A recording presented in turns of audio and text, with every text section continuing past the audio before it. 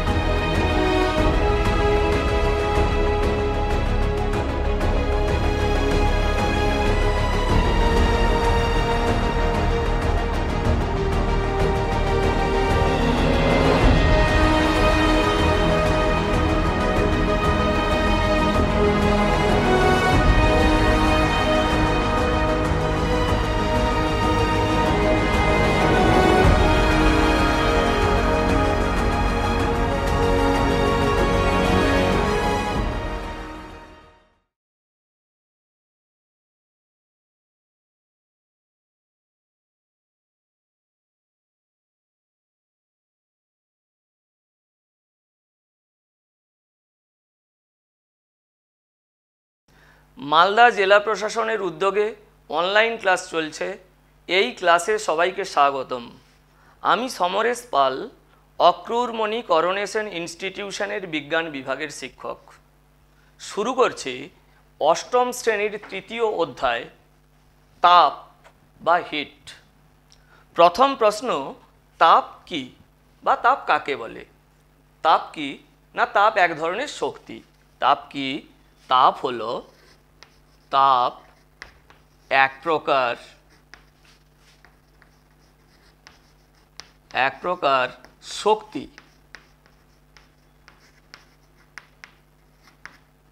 যা গ্রহণ করলে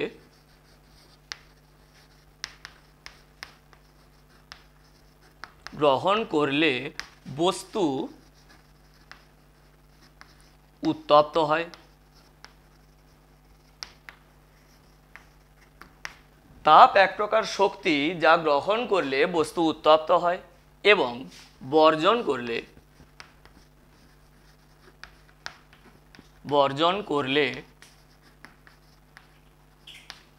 বস্তু ঠান্ডা হয়ে যায়।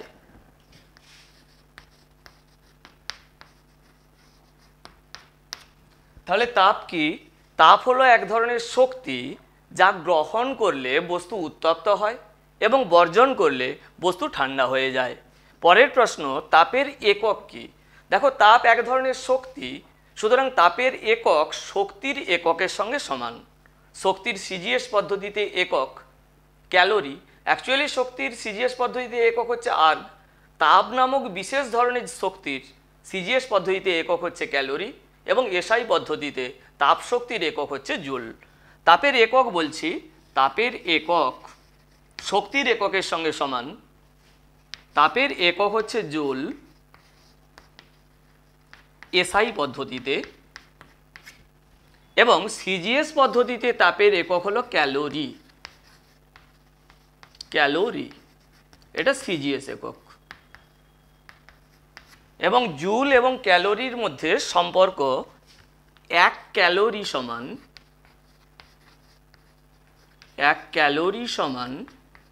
4.2 জুল হয়।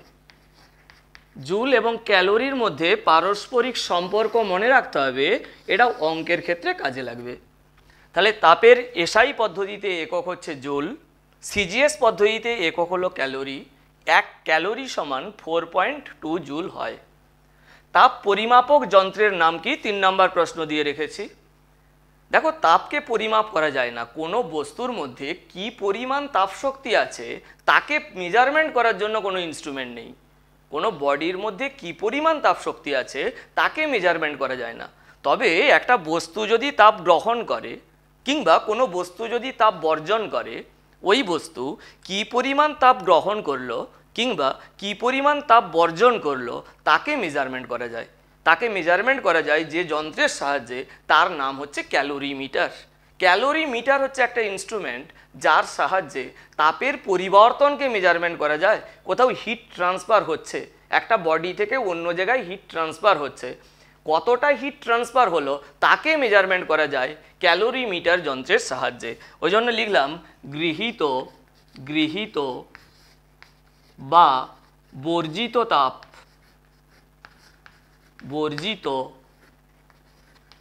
তাপ পরিমাপক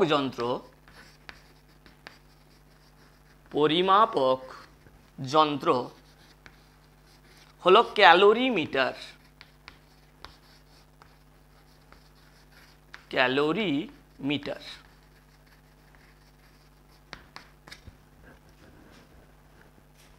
তাপ কি করতে পারে? পরের কোশ্চেন, তাপ কি করতে পারে?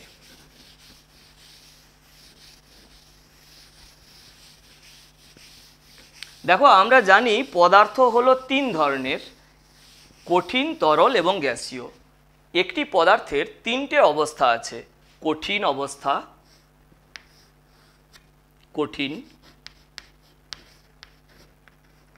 তরল অবস্থা,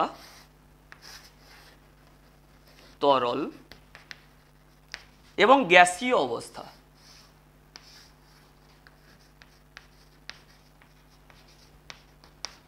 আমরা জানি কঠিন পদার্থের মধ্যে যে অণু থাকে, অণুগুলো ঘন সন্নিবিষ্ট অবস্থায় থাকে। কঠিন পদার্থের অণুগুলি ঘন সন্নিবিষ্ট অবস্থায় একেবারে ঠাসাঠাসি ভাবে অবস্থান করে। কঠিন পদার্থের ক্ষেত্রে ইন্টারমলিকুলার অ্যাট্রাকটিভ ফোর্স, আন্তঃআণবিক আকর্ষণ বল অত্যধিক বেশি হয়। কঠিন পদার্থের নির্দিষ্ট আকার এবং আয়তন আছে। আমরা এও জানি গ্যাসীয় পদার্থের অণুগুলোর মধ্যে দূরত্ব অনেক বেশি হয়। গ্যাসীয় পদার্থের আন্তঃআণবিক আকর্ষণ বল খুবই দুর্বল, এরা চরম বিশৃঙ্খল প্রকৃতির হয়, এদের নির্দিষ্ট আকার বা আয়তন থাকে না।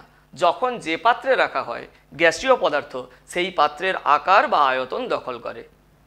তরল পদার্থের ক্ষেত্রে অণুগুলির মধ্যে যে দূরত্ব গ্যাসীয় পদার্থ অপেক্ষা কম হয়, কিন্তু কঠিন পদার্থ অপেক্ষা বেশি হয়। অণুগুলির দূরত্ব মাঝারি মানের থাকে। গ্যাসীয় পদার্থের ক্ষেত্রে দূরত্ব কম হয়, গ্যাসীয় পদার্থের থেকে তরল পদার্থের অণুগুলোর মধ্যে ডিস্টেন্স কম এবং কঠিন পদার্থের তুলনায় ডিস্টেন্স বেশি। এদের আন্তঃআণবিক আকর্ষণ বল মাঝারি।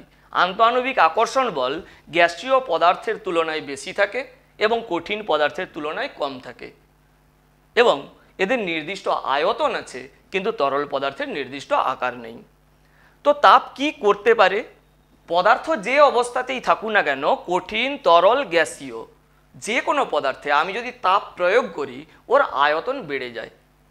তাপ প্রয়োগে আয়তন প্রসারণ ঘটানো যায় যে কোনো পদার্থের ক্ষেত্রে। অর্থাৎ তাপ কি করতে পারে? আয়তন প্রসারণ করতে পারে। তাপ, এক নাম্বার বললাম, তাপ বস্তুর আয়তন প্রসারণ করতে পারে। প্রসারণ করতে পারে। কঠিন পদার্থের ক্ষেত্রে আন্তঃআণবিক আকর্ষণ বল খুবই বেশি থাকে, ফলে অনেকটা তাপ দিলে কঠিন পদার্থের আয়তন সামান্য পরিমাণ বাড়ে। অর্থাৎ তাপ প্রয়োগে কঠিন পদার্থের আয়তন সামান্য বৃদ্ধি করা যায়। গ্যাসীয় পদার্থের ক্ষেত্রে আন্তঃআণবিক আকর্ষণ বল খুবই দুর্বল, অর্থাৎ তাপ প্রয়োগ করলে গ্যাসীয় পদার্থের আয়তন অনেকটা বেড়ে যায়। আর তরল পদার্থের ক্ষেত্রে আন্তঃআণবিক আকর্ষণ বল মধ্যমানের থাকে, এর জন্য তাপ প্রয়োগ করলে তরল পদার্থের আয়তন, তাপ প্রয়োগ করলে তরল পদার্থের আয়তন গ্যাসীয় পদার্থের আয়তনের তুলনায় কম পরিমাণ বাড়ে, কঠিন পদার্থের আয়তনের তুলনায় বেশি পরিমাণ বাড়ে। তো তাপ প্রয়োগে যে কোনো বস্তু, কঠিন, তরল, গ্যাসীয় বস্তু যে অবস্থাতেই থাকুক না কেন তার আয়তন বেড়ে যায়। কিছু ব্যতিক্রম তো আছেই, কিছু ব্যতিক্রম ছাড়া, যেমন জলকে যদি আমি উত্তপ্ত করি in range to 0 to 4 degree centigrade, 0 থেকে 4 ডিগ্রি সেন্টিগ্রেডের মধ্যে জলকে যদি উত্তপ্ত করা যায়, জলের কিন্তু আয়তন প্রসারিত হয় না, বরং আয়তন সংকুচিত হয়। ঠিক আছে, এরকম কিছু ব্যতিক্রম ছাড়া বস্তুকে তাপ দিলে তার আয়তন প্রসারিত হয়। তেমনভাবেই কোনো বস্তু থেকে তাপ যদি নিষ্কাশন করে নেই, সে কঠিন হতে পারে, তরল হতে পারে, গ্যাসীয় হতে পারে, তার আয়তন সংকুচিত হবে, আয়তন কমে যাবে।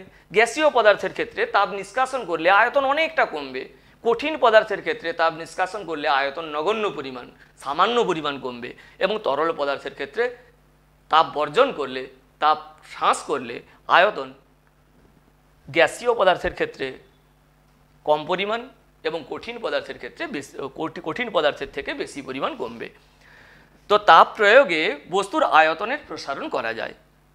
2 নাম্বার, তাপ আর কি করতে পারে না, কোনো বস্তুকে যদি আমি তাপ প্রয়োগ করি তাহলে বস্তুর উষ্ণতা বেড়ে যায়। তাপ উষ্ণতার পরিবর্তন করতে পারে। তাপ বস্তুর উষ্ণতার পরিবর্তন করতে পারে।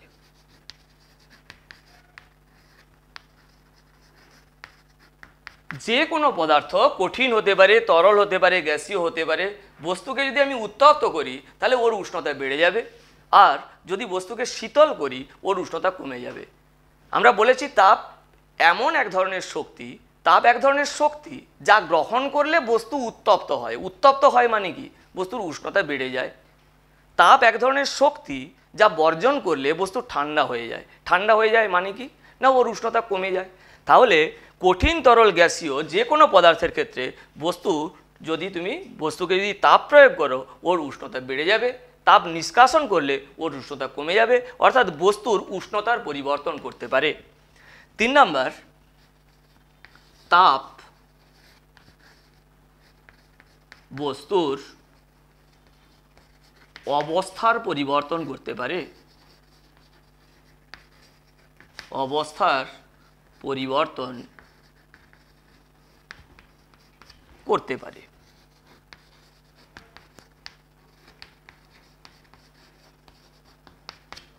তাপ প্রয়োগ করে কঠিন পদার্থকে, কঠিন বস্তুকে তরল বস্তুতে পরিণত করা যায়। তাপ প্রয়োগ করে তরল বস্তুকে গ্যাসীয় বস্তুতে পরিণত করা যায়। অনুরূপে তাপ নিষ্কাশন করে গ্যাসীয় পদার্থকে তরলে এবং তরলকে কঠিনে পরিণত করা যায়। তাহলে তাপ পদার্থের অবস্থার পরিবর্তন করতে পারে। পদার্থের যখন অবস্থার পরিবর্তন ঘটে তখন উষ্ণতা একেবারে স্থির থাকে। উষ্ণতা স্থির রেখে যে তাপ প্রয়োগ করলে কঠিন পদার্থ তরল, তরল পদার্থ গ্যাসীয়, কিংবা গ্যাসীয় পদার্থ তরল, তরল পদার্থ কঠিন, অর্থাৎ বস্তুর অবস্থার পরিবর্তন ঘটে, সেই পরিমাণ তাপকে বলা হয় লীন তাপ। এখানে লীন তাপের ধারণা আছে, পরে আসছি। মনে করো আমার কাছে একটি কঠিন বস্তু আছে। মনে করো একটা কঠিন পদার্থ আছে পাত্রে, অণুগুলো ঘন সন্নিবিষ্ট অবস্থায় আছে।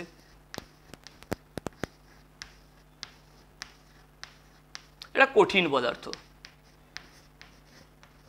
মনে করো 40 গ্রাম একটা কঠিন পদার্থ নিয়েছি, যার টেম্পারেচার 25 ডিগ্রি সেন্টিগ্রেড। সেলসিয়াস থার্মোমিটারে টেম্পারেচারকে মেজারমেন্ট করা যায়, সুতরাং সেলসিয়াস থার্মোমিটারে দেখা গেল এর টেম্পারেচার 25 ডিগ্রি সেন্টিগ্রেড। এবার এই বস্তুর উপর আমি তাপ প্রয়োগ করতে আরম্ভ করলাম, কি ঘটবে? দেখব যে টেম্পারেচার বাড়ছে। তো টেম্পারেচার বাড়ছে কেন? তাপ প্রয়োগ করলে কঠিন পদার্থের উষ্ণতা বেড়ে যায় কেন? কেন বেড়ে যাবে না, যখন তাপ প্রয়োগ করব এই যে গ্যাসীয় কঠিন পদার্থের যে অণুগুলো আছে এদের কম্পন গতি বৃদ্ধি পাবে। তাপ দিলাম কঠিন পদার্থের যে অণুগুলো আছে এর কম্পন গতি কি হবে? বৃদ্ধি পেয়ে যাবে। কম্পন গতি যদি বৃদ্ধি পায় এই কঠিন পদার্থের অণুগুলির গতিশক্তি বাড়বে।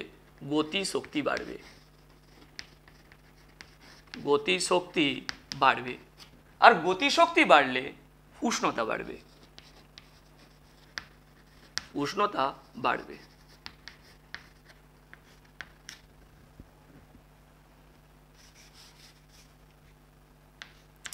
অর্থাৎ কঠিন পদার্থকে উত্তপ্ত করলে ওর উষ্ণতা বাড়বে। উষ্ণতা বাড়বে কেন না, অণুগুলোর গতিশক্তি বাড়বে বলে।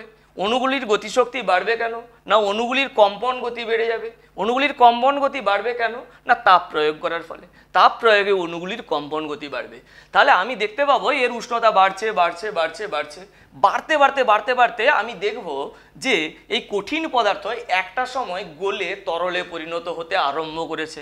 মনে করো এই কঠিন পদার্থ 125 ডিগ্রি সেন্টিগ্রেড টেম্পারেচারে যখন পৌঁছেছে, গলে আস্তে আস্তে তরলে পরিণত হতে আরম্ভ করেছে। এখন এই 125 ডিগ্রি সেন্টিগ্রেড এটা ওই বস্তুর গলনাঙ্ক, আর এই ঘটনাটাকে বলা হয় গলন।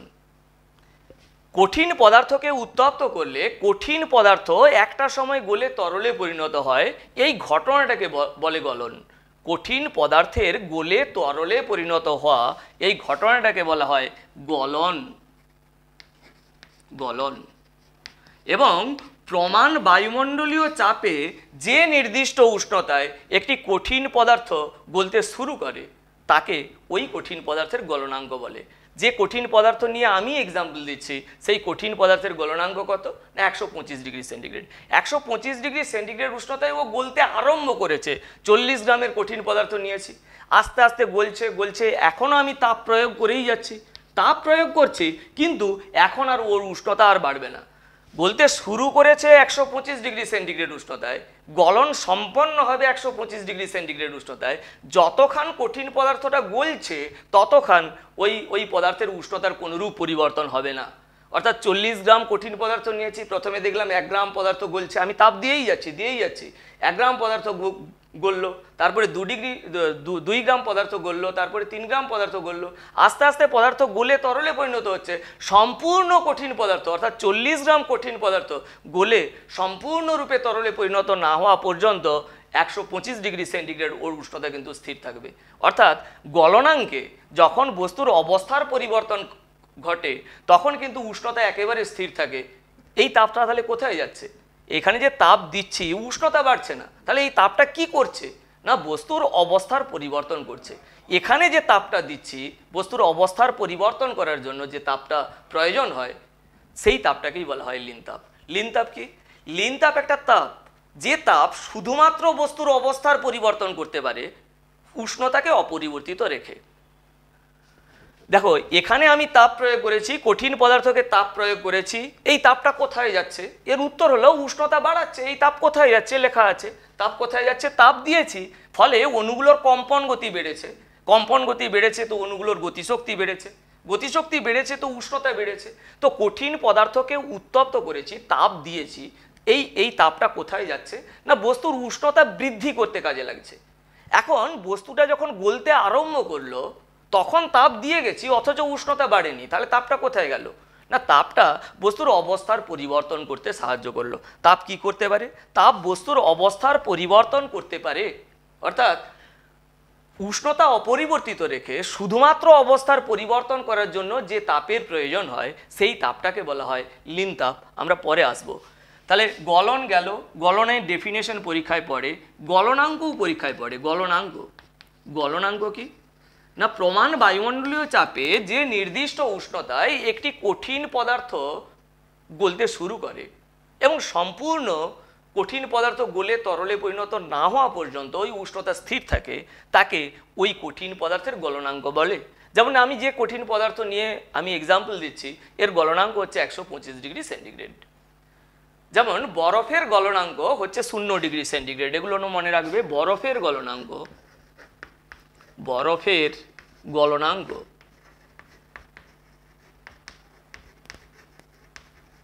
0 ডিগ্রি সেন্টিগ্রেড। তেমন পারদের গলনাঙ্ক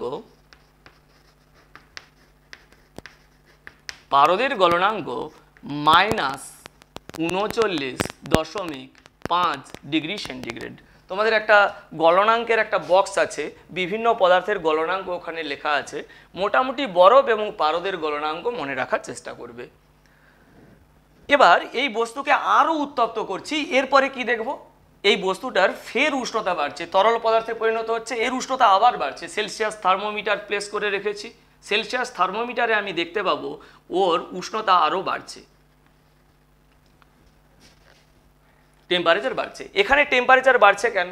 না তরল পদার্থকে আমি উত্তপ্ত করছি, তাপ প্রয়োগ করছি। কঠিন পদার্থের যেমন কম্পন গতি বেড়েছিল, তেমন তরল পদার্থের ক্ষেত্রে কম্পন গতির সঙ্গে সঙ্গে অণুগুলোর চলন গতিও বৃদ্ধি পাবে। আমরা দেখি যদি পাত্রে কিছু জল নিয়ে তাকে যদি উত্তপ্ত করা যায়, তাহলে দেখি নিচের গরম জল হালকা সে উপরের দিকে ওঠে, উপরের ঠান্ডা জল নিচের দিকে নামতে থাকে। অর্থাৎ একটা পরিচলন স্রোত কাজ করে। জলকে উত্তপ্ত করছি, নিচের জল গরম হবে, গরম হলেই ওই জল হালকা হয়ে যাবে, ওই জল উপরের দিকে উঠতে আরম্ভ করবে এবং উপরের জল নিচের দিকে নামতে আরম্ভ করবে। অর্থাৎ নিচের যে জলের অণু ছিল হালকা বলে সেই অণুগুলো উপরের দিকে উঠছে এবং উপরের জলের যে কণিকাগুলো ছিল সেগুলো নিচের দিকে নামছে। অর্থাৎ অণুগুলোর মধ্যে একটা চলন গতি তৈরি হয়। তাপ প্রয়োগ করলে, তরল পদার্থের ক্ষেত্রে তাপ প্রয়োগ করলে অণুগুলোর কম্পন গতি বাড়ে এবং ওর চলন গতিও বাড়ে। এর সঙ্গে সঙ্গে চলন গতি আসবে তরলের ক্ষেত্রে, চলন গতি বৃদ্ধি পায়, ফলে সিস্টেমের গতিশক্তি বাড়ে, অণুগুলোর গতিশক্তি বাড়ে, ফলে উষ্ণতা বাড়ে। এবার উষ্ণতা বাড়ছে বাড়ছে বাড়ছে, আবার তাপ প্রয়োগ করছে, উষ্ণতা বাড়ছে, বাড়তে বাড়তে বাড়তে বাড়তে একটা সময় এই তরল পদার্থ ফুটতে আরম্ভ করবে, সশব্দে বাষ্পীভূত হতে আরম্ভ করবে। মনে করো 400 ডিগ্রি সেন্টিগ্রেড তাপমাত্রায় এই তরল পদার্থ বাষ্পে পরিণত হচ্ছে, সশব্দে ফুটতে আরম্ভ করছে। এই 400 ডিগ্রি সেন্টিগ্রেড টেম্পারেচার ওর স্ফুটনাঙ্ক। আর এই যে ঘটনা, এই ঘটনাটাকে বলা হয় বাষ্পীভবন। অর্থাৎ তরল পদার্থের বাষ্পে পরিণত হওয়ার ঘটনা, তরল পদার্থের বাষ্পে পরিণত হওয়ার ঘটনাকে বলা হয় বাষ্পীভবন। বাষ্পীভবন। এবং প্রমাণ বায়ুমণ্ডলীয় চাপে যে নির্দিষ্ট উষ্ণতায় একটি তরল পদার্থ ফুটতে আরম্ভ করে, অর্থাৎ সশব্দে দ্রুত গতিতে বাষ্পীভূত হতে আরম্ভ করে, সেই পদার্থ, সেই নির্দিষ্ট উষ্ণতাকে ওই তরল পদার্থের স্ফুটনাঙ্ক বলে, স্ফুটনাঙ্ক।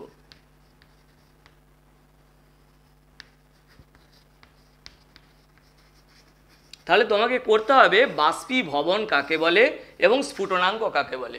তরল পদার্থের বাষ্পে পরিণত হওয়ার যে ঘটনা তাকে বলা হয় বাষ্পীভবন। স্ফুটনাঙ্ক কি? একটা নির্দিষ্ট উষ্ণতা। প্রমাণ বায়ুমণ্ডলীয় চাপে যে নির্দিষ্ট উষ্ণতায় একটি তরল পদার্থ ফুটতে আরম্ভ করে, অর্থাৎ দ্রুত বাষ্পীভূত হতে আরম্ভ করে, সেই নির্দিষ্ট উষ্ণতাকে ওই তরল পদার্থের বলা হয় স্ফুটনাঙ্ক। যেমন জলের স্ফুটনাঙ্ক 100 ডিগ্রি সেন্টিগ্রেড, তোমরা নিশ্চয়ই জানো জলের স্ফুটনাঙ্ক 100 ডিগ্রি সেন্টিগ্রেড। এখন এরপরে আবার যদি বস্তুকে উত্তপ্ত করি, দেখো যখন তরল পদার্থ ফুটতে আরম্ভ করবে তখন কিন্তু উষ্ণতা একেবারে ফিক্সড থাকবে, 400 ডিগ্রি সেন্টিগ্রেড উষ্ণতায় এই তরল পদার্থটা ফুটছে। যতক্ষণ না সম্পূর্ণ তরল ফুটে বাষ্পে পরিণত হয় ততক্ষণ কিন্তু উষ্ণতা স্থির থাকবে।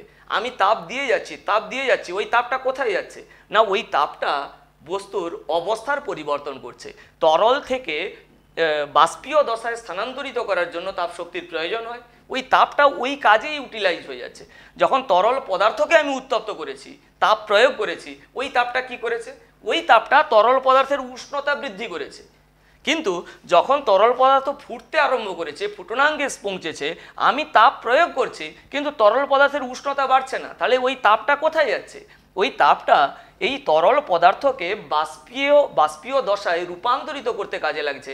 ওটা হচ্ছে লীন তাপ, ওটাকে বলা হয় বাষ্পীভবনের লীন তাপ। তো 400 ডিগ্রি সেন্টিগ্রেড উষ্ণতায় তরল পদার্থটা বাষ্পে পরিণত হয়ে গেছে। এরপরে যদি আরও আমি টেম্পারেচার বৃদ্ধি করি, ওই বাষ্পের ক্ষেত্রে দেখব ওর উষ্ণতা আবার ধীরে ধীরে বাড়ছে।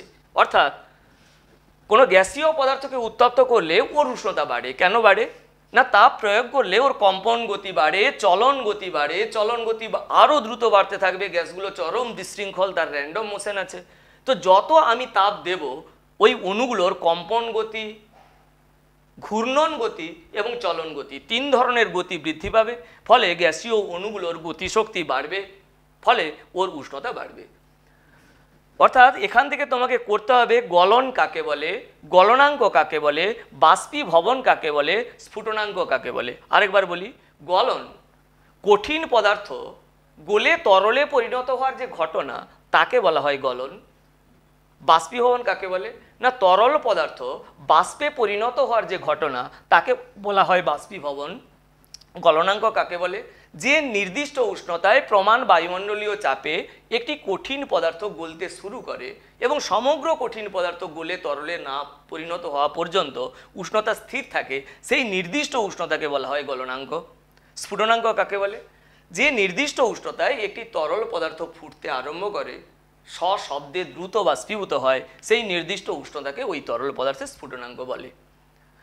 তো পরে আলোচনা করছি। আবার বাষ্পীয় পদার্থ, বাষ্পীয় দশা, গ্যাসীয় পদার্থ তরলে পরিণত হতে পারে। তাপ নিষ্কাশন করলে বাষ্পীয় পদার্থ কি হবে? তরলে পরিণত হবে। তরল থেকে আমি যদি তাপ নিষ্কাশন করি, সে আবার কঠিনে পরিণত হবে।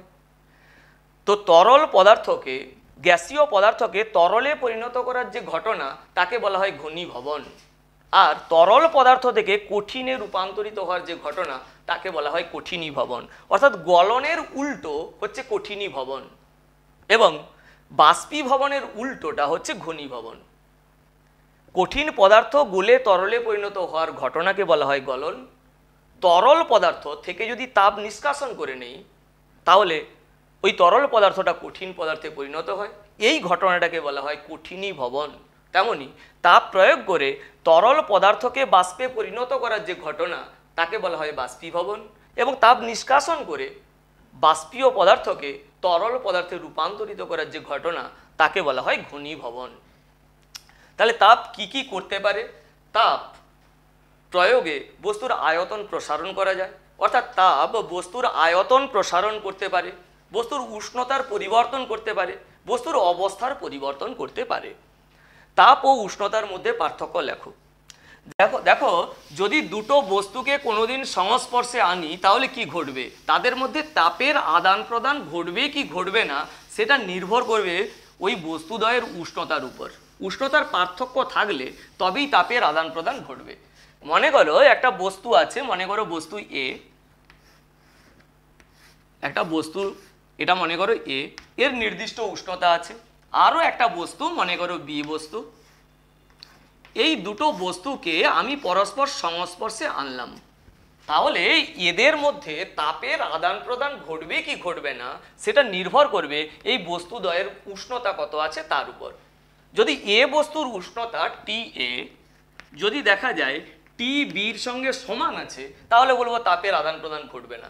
তাপের আদান প্রদান তখনই ঘটবে যদি কিনা এদের মধ্যে উষ্ণতার পার্থক্য থাকে। উষ্ণ বস্তু শীতল বস্তুকে তাপ দেয়, আর শীতল বস্তু উষ্ণ বস্তুর কাছ থেকে তাপ গ্রহণ করে। যেমন মনে করো আমি বললাম দুটো বস্তু আছে, এই বস্তুর মধ্যে মনে করো H1 পরিমাণ তাপ শক্তি আছে, এই বস্তুটার মধ্যে H2 পরিমাণ তাপ শক্তি আছে। দুটো বস্তুকে পরস্পর সংস্পর্শে এনেছি। এবার তোমাকে জিজ্ঞেস করছি, বলো কোন বস্তু তাপ দেবে, কোন বস্তু তাপ গ্রহণ করবে?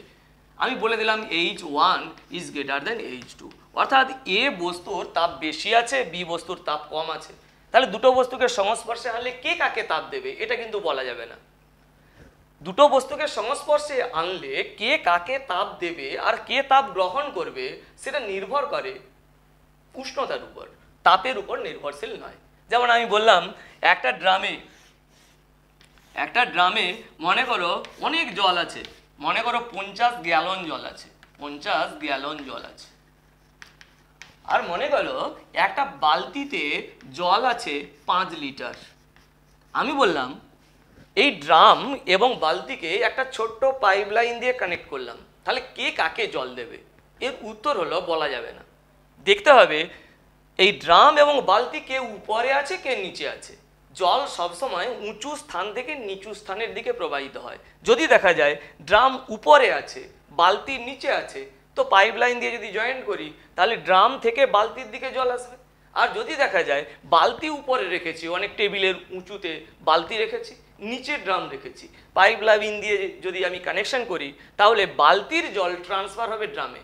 অর্থাৎ কে কাকে জল দেবে, আমি ড্রামে জল আছে, বালতিতে জল আছে, ড্রামে অনেক বেশি জল আছে, বালতিতে খুবই কম জল আছে, একটা পাইপ লাইন দিয়ে কানেকশন করছি, কে কাকে জল দেবে সেটা জলের পরিমাণের উপর নির্ভরশীল নয়।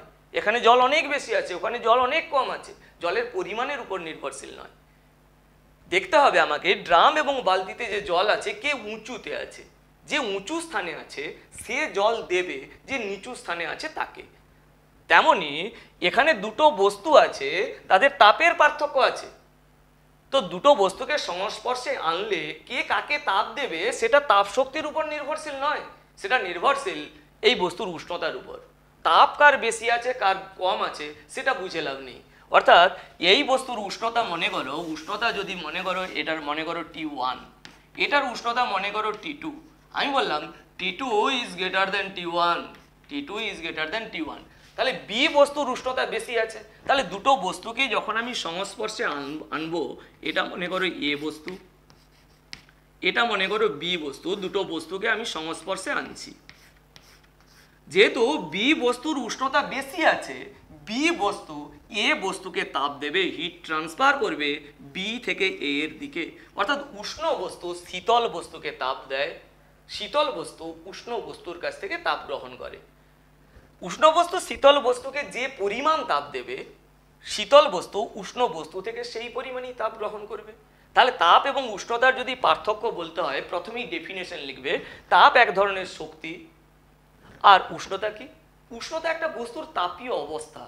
উষ্ণতা এমন একটা তাপীয় অবস্থা যা স্থির করে দেয় দুটো বস্তুর সংস্পর্শে থাকলে কোন বস্তুকে তাপ দেবে কিংবা কোন বস্তু থেকে তাপ গ্রহণ করবে।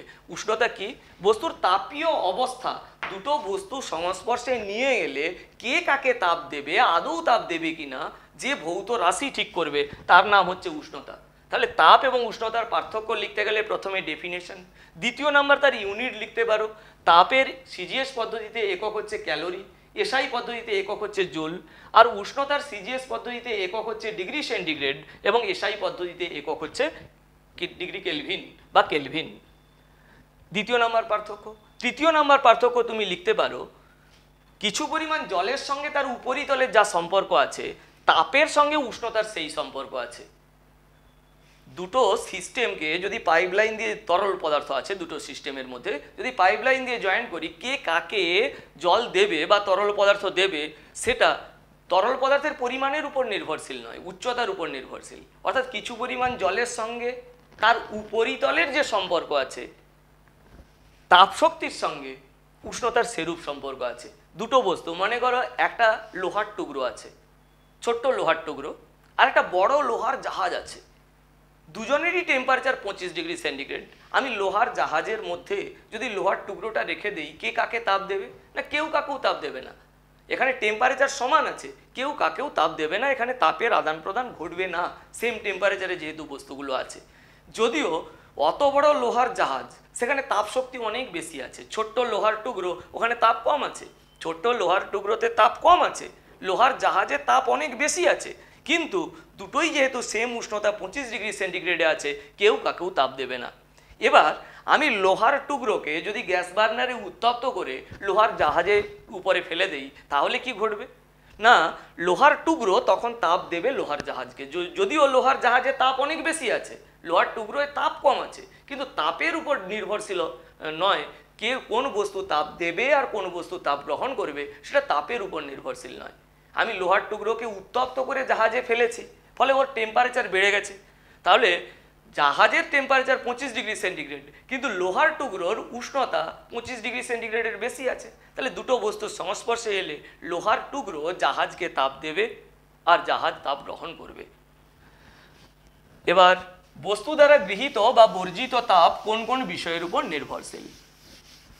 তাহলে উষ্ণতার পার্থক্য থাকলেই তবে দুটো বস্তু কণার মধ্যে তাপের আদান প্রদান ঘটতে পারে। মনে করো, বস্তু কর্তৃক গৃহীত তাপ কোন কোন বিষয়ের উপর নির্ভরশীল? এক নাম্বার বলছি বস্তুর ভরের উপর।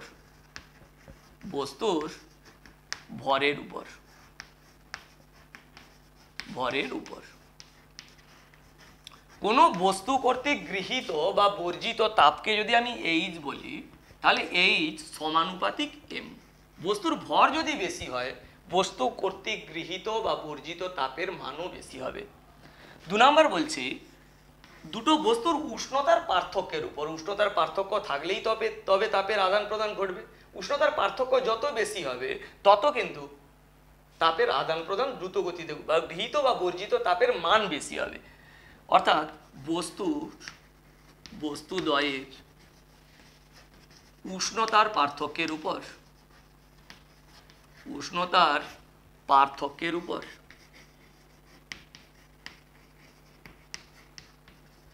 মনে করো একটা বস্তু আছে যার উষ্ণতা মনে করো θ1, আরেকটা বস্তু আছে যার উষ্ণতা মনে করো θ2। এখন θ1 ইজ গ্রেটার দেন মনে করি θ2। এবার যদি দুটো বস্তুকণা পরস্পর সংস্পর্শে আনি তাহলে যার উষ্ণতা বেশি অর্থাৎ যার উষ্ণতা θ1 সে তাপ দেবে, যার উষ্ণতা θ2 তাকে, যার উষ্ণতা কম তাকে তাপ দেবে। এই তাহলে তার উষ্ণতার ডিফারেন্স কত? θ1 মাইনাস θ2। বস্তু কর্তৃক গৃহীত বা বর্জিত তাপ H সমানুপাতিক θ1 মাইনাস θ2। আর 3 নম্বর, গৃহীত বা বর্জিত তাপ নির্ভর করে বস্তুর উপাদানের উপর। বস্তুর উপাদানের উপর। মনে করো আমি পাত্রে কিছু পরিমাণ জল রেখেছি, মনে করো 1 গ্রাম জল রেখেছি, 1 গ্রাম জল রেখেছি, একে তাপ প্রয়োগ করছি। জলের উষ্ণতা আমি 1 ডিগ্রি সেন্টিগ্রেড বাড়াতে চাচ্ছি। 1 গ্রাম জল আছে, জলের উষ্ণতা 1 ডিগ্রি সেন্টিগ্রেড বাড়াতে চাচ্ছি। যে পরিমাণ তাপটার প্রয়োজন হবে, এখানে যে পরিমাণ তাপ লাগবে তার মানটা হচ্ছে 4.2 জুল।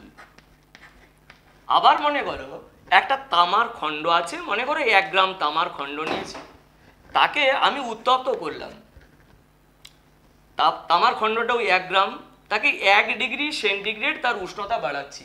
এখানে যে পরিমাণ তাপ শক্তির প্রয়োজন হবে সেটা হচ্ছে 0.4 জুল। তামা, এটা তামা আছে, এটা ওয়াটার আছে। দেখো 1 গ্রাম ওয়াটারের উষ্ণতায় 1 ডিগ্রি সেন্টিগ্রেড বাড়াতে গিয়ে 4.2 জুল তাপ শক্তি লাগবে বলছি, কিন্তু 1 গ্রাম তামার উষ্ণতায় 1 ডিগ্রি সেন্টিগ্রেড বাড়াতে গিয়ে তাপ শক্তি লাগবে বলছি 0.4 জুল। তার মানে বস্তুটার উপাদান তার উপরে কিন্তু গৃহীত বা বর্জিত তাপ নির্ভরশীল। নির্দিষ্ট পরিমাণ উষ্ণতা বাড়ানোর জন্য কিছু পদার্থ আছে তাদের ক্ষেত্রে তাপ বেশি লাগে, আর কিছু পদার্থ আছে যার ক্ষেত্রে তাপ কম লাগে। অর্থাৎ বস্তু কর্তৃক গৃহীত বা বর্জিত তাপ 3টি বিষয়বস্তুর উপর নির্ভরশীল। বস্তুর ভরের উপর, গৃহীত বা বর্জিত তাপ বস্তুর ভরের সমানুপাতিক, বস্তু দ্বয়ের উষ্ণতার পার্থক্যের উপর, বস্তু কর্তৃক গৃহীত বা বর্জিত তাপ উষ্ণতার পার্থক্যের সঙ্গে সমানুপাতিক, এবং বস্তুর উপাদানের উপর নির্ভরশীল। এখন প্রথম দুটো সূত্রকে যদি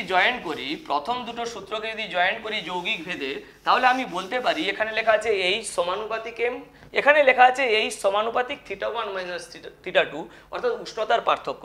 যদি যুক্ত করি তাহলে লিখতে পারি H সমানুপাতিক M ইন্টু θ1 মাইনাস θ2। তোমরা আগেই জেনেছো সমানুপাতিক চিহ্ন তুলে সমান চিহ্ন আনতে গেলে একটা ধ্রুবক আনতে হয়, সুতরাং H ইকুয়ালস টু, এখানে যদি সমান চিহ্ন আনি ধ্রুবক আসবে k into M into θ1 minus θ2, যেখানে k সমানুপাতিক ধ্রুবক, kটা বস্তুর উপাদানের উপর নির্ভরশীল। k কাকে বলে? দেখো k সমান এখানে আসবে H by M into θ1 minus θ2। এই যে ধ্রুবকটা এলো এটাকেই বলা হয় আপেক্ষিক তাপ। এই k এর মান জলের ক্ষেত্রে 1 ধরা হয়। সিজিএস পদ্ধতিতে জলের ক্ষেত্রে k এর মান কত? না 1। দেখো k এর একক কি? না H এর একক, সিজিএস পদ্ধতিতে একক বলছি, H এর একক গৃহীত তাপ বা বর্জিত তাপের একক হচ্ছে ক্যালোরি। ভরের একক হচ্ছে গ্রাম সিজিএস পদ্ধতিতে, আর উষ্ণতার পার্থক্যের একক হচ্ছে ডিগ্রি সেন্টিগ্রেড। তাহলে k এর একক কি?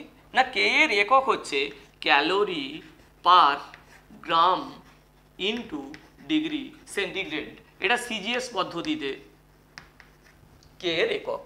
এবং সিজিএস পদ্ধতিতে জলের ক্ষেত্রে k এর মান হয়, এটা মনে রাখবে, সিজিএস পদ্ধতিতে k এর মান হয় জলের ক্ষেত্রে k এর মান হয় 1 calorie per gram into degree centigrade. SI পদ্ধতিতে k এর ইউনিট কি হবে? না H এর জায়গায় লিখবো জুল, M এর জায়গায় লিখবো কেজি, আর θ1 মাইনাস θ2 উষ্ণতার পার্থক্যের জায়গায় লিখবো কেলভিন। সুতরাং এসআই পদ্ধতিতে কে এর একক, কে এর একক কি হবে না joule per KG into kelvin, joule per KG kelvin. এবং এখান থেকে অঙ্ক থাকে, এটা আপেক্ষিক কেন বলা হচ্ছে, এটাকেই বলা হয় আপেক্ষিক তাপ। লাস্ট কোশ্চেন দিয়েছি আপেক্ষিক তাপ কাকে বলে, তো এটাকেই কেই বলা হয় আপেক্ষিক তাপ। আপেক্ষিক নামটা এলো কেন না সিজিএস পদ্ধতিতে জলের আপেক্ষিক তাপ 1 ধরা হয়, 1 ধরে অন্যান্য বস্তুর আপেক্ষিক তাপ ক্যালকুলেট করা হয়। ওই যে জলের সাপেক্ষে অন্যান্য বস্তুর আপেক্ষিক তাপ ক্যালকুলেট করা হয় বলে এর নাম হচ্ছে আপেক্ষিক। আপেক্ষিক শব্দটা এসেছে কেন না জলের সাপেক্ষে অন্য পদার্থের আপেক্ষিক তাপ আমি মেজারমেন্ট করছি, ওই জন্য আপেক্ষিক শব্দটা এখানে এসেছে। তো আপেক্ষিক তাপ কাকে বলে না একক ভরে, দেখো এম যদি 1 হয়, θ1 মাইনাস θ2 এটাও যদি 1 হয়, তাহলে এইচ সমান কে বলতে পারি। তাহলে একক ভরের বস্তুর উষ্ণতায় 1 ডিগ্রি বৃদ্ধি করার জন্য, একক ভরের কোনো বস্তুর উষ্ণতায় 1 ডিগ্রি বৃদ্ধি করার জন্য যে তাপের প্রয়োজন হবে তাকেই বলা হয় ওই বস্তুর আপেক্ষিক তাপ। 1 গ্রাম ভরের বস্তুর উষ্ণতা 1 ডিগ্রি সেন্টিগ্রেড বৃদ্ধি করতে যত ক্যালোরি তাপের প্রয়োজন তাকে বলা হয় সিজিএস পদ্ধতিতে ওই বস্তুর আপেক্ষিক তাপ। ঠিক আছে, যদি এখানে এম এর মান সিজিএস পদ্ধতিতে পুট করো 1 গ্রাম পদার্থের উষ্ণতা 1 ডিগ্রি সেন্টিগ্রেড বৃদ্ধি করার জন্য যত ক্যালোরি তাপের প্রয়োজন তাকে সিজিএস পদ্ধতিতে বস্তুর আপেক্ষিক তাপ বলে। আর 1 কেজি ভরের উষ্ণতা 1 কেলভিন বৃদ্ধি করার জন্য যে পরিমাণ তাপশক্তির প্রয়োজন হয় তাকে এসআই পদ্ধতিতে আপেক্ষিক তাপ বলে। তো এখান থেকে এইচ ইকুয়াল টু, তাহলে আমি যে সমীকরণটা পেলাম ওখান থেকে কয়েকটা অঙ্ক দেওয়ার চেষ্টা করছি। দেখো এইচ ইকুয়ালস টু, আমি সমীকরণ পেলাম H equals to K into M into θ1 minus θ2। K হচ্ছে আপেক্ষিক তাপ, বিভিন্ন বস্তুর ক্ষেত্রে কে এর মান ভিন্ন ভিন্ন। তো একটা অঙ্ক দিচ্ছি, মনে করো 100 গ্রাম একটি তামার তারের উষ্ণতা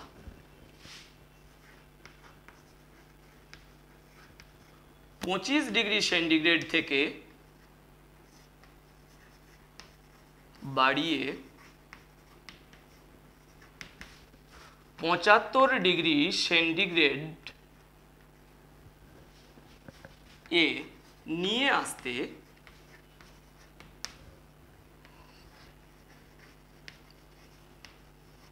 কি পরিমাণ তাপের প্রয়োজন, কি পরিমাণ তাপের প্রয়োজন।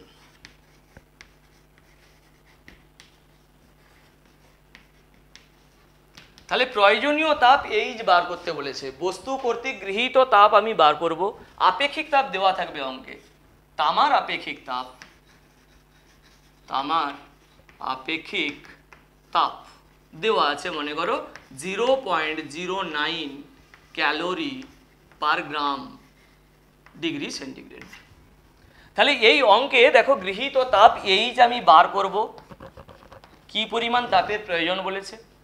এম এর মান দেওয়া আছে, এম এর মান কত না 100 গ্রাম দেওয়া আছে। θ1 মাইনাস θ2 বার করে নাও, θ1 মাইনাস θ2 উষ্ণতার পার্থক্য 25 ডিগ্রি সেন্টিগ্রেড উষ্ণতা থেকে 75 ডিগ্রি সেন্টিগ্রেড করতে হবে, অর্থাৎ উষ্ণতার পার্থক্য 75 মাইনাস 25 সমান 50 ডিগ্রি সেন্টিগ্রেড। কে এর মান দেওয়া আছে 0.09 calorie per gram into degree centigrade. তো এবার ফর্মুলা পুট করো, এইচ সমান, এইচ বার করব, এইচ সমান কে এর মান দেওয়া আছে 0.09 ইন্টু এম এর মান দেওয়া আছে কত 100 গ্রাম ইন্টু 100 ইন্টু উষ্ণতার পার্থক্য হচ্ছে 50। তো এত ক্যালোরি সিজিএস পদ্ধতিতে ক্যালকুলেশন হচ্ছে, সিজিএস পদ্ধতিতে তাপশক্তির একক হচ্ছে ক্যালোরি, সমান কত হবে এখানে 9 ইন্টু 50 450 ক্যালোরি।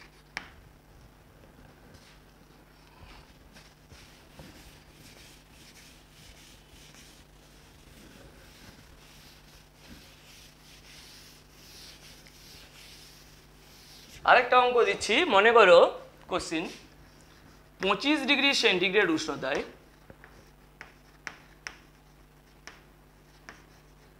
25 গ্রাম জলকে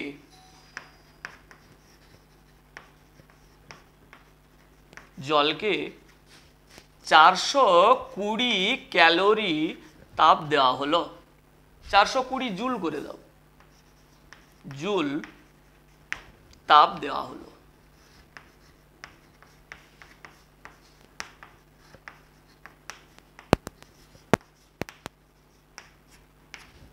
জলের অন্তিম উষ্ণতা কত হবে?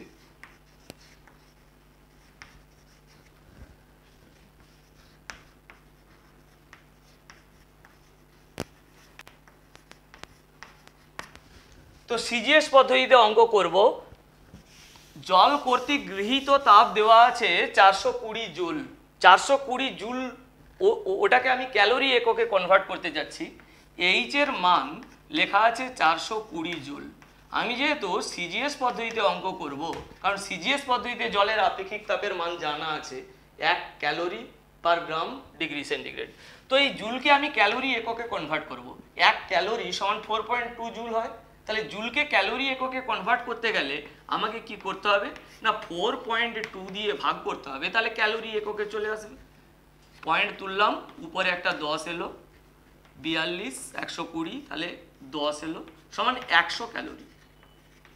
তাহলে বস্তু কর্তৃক গৃহীত তাপ 420 জুল বা 100 ক্যালোরি। এবার দেখো, আমরা জানি H equals to m into s, m into k, k into m into θ2 minus θ1। উষ্ণতার পার্থক্য θ1 মাইনাস θ2 লিখতে পারি বা θ1 মাইনাস θ2 লিখতে পারি। তাহলে জলের ক্ষেত্রে আপেক্ষিক তাপ 1, এইচ এর মান পেয়েছি 100 ক্যালোরি তাপশক্তি দেওয়া হয়েছে। জলের আপেক্ষিক তাপ 1 ক্যালোরি পার গ্রাম পার ডিগ্রি সেন্টিগ্রেড। কত গ্রাম জল আমি সেটা বার করব না 25 গ্রাম জল দেওয়া আছে, এম এর মান দেওয়া আছে 25। উষ্ণতার পার্থক্য আমি বার করব θ1 মাইনাস θ2। তো এখান থেকে উষ্ণতার পার্থক্য, উষ্ণতা কতটা বাড়বে সেটা বার করো। θ2 মাইনাস θ1 সমান কত হবে না 100/25। 100/25 সমান কত না 4। অর্থাৎ জলকে তাপ দেওয়া হয়েছে, জলের উষ্ণতা বৃদ্ধি পাবে 4 ডিগ্রি সেন্টিগ্রেড। তো জলের উষ্ণতা আগে কত ছিল 25 ডিগ্রি সেন্টিগ্রেড, তাহলে 4 ডিগ্রি সেন্টিগ্রেড উষ্ণতা বাড়লো। সুতরাং জলের অন্তিম উষ্ণতা হবে, জলের অন্তিম উষ্ণতা হবে কত না 25 ডিগ্রি সেন্টিগ্রেড আগে ছিল, 4 ডিগ্রি সেন্টিগ্রেড বেড়েছে 29 ডিগ্রি সেন্টিগ্রেড। তো ঠিক আছে, আজকে এখান পর্যন্তই। পরের দিন আমরা লিন তাপের ধারণা এবং অবস্থার পরিবর্তন নিয়ে আলোচনা করব।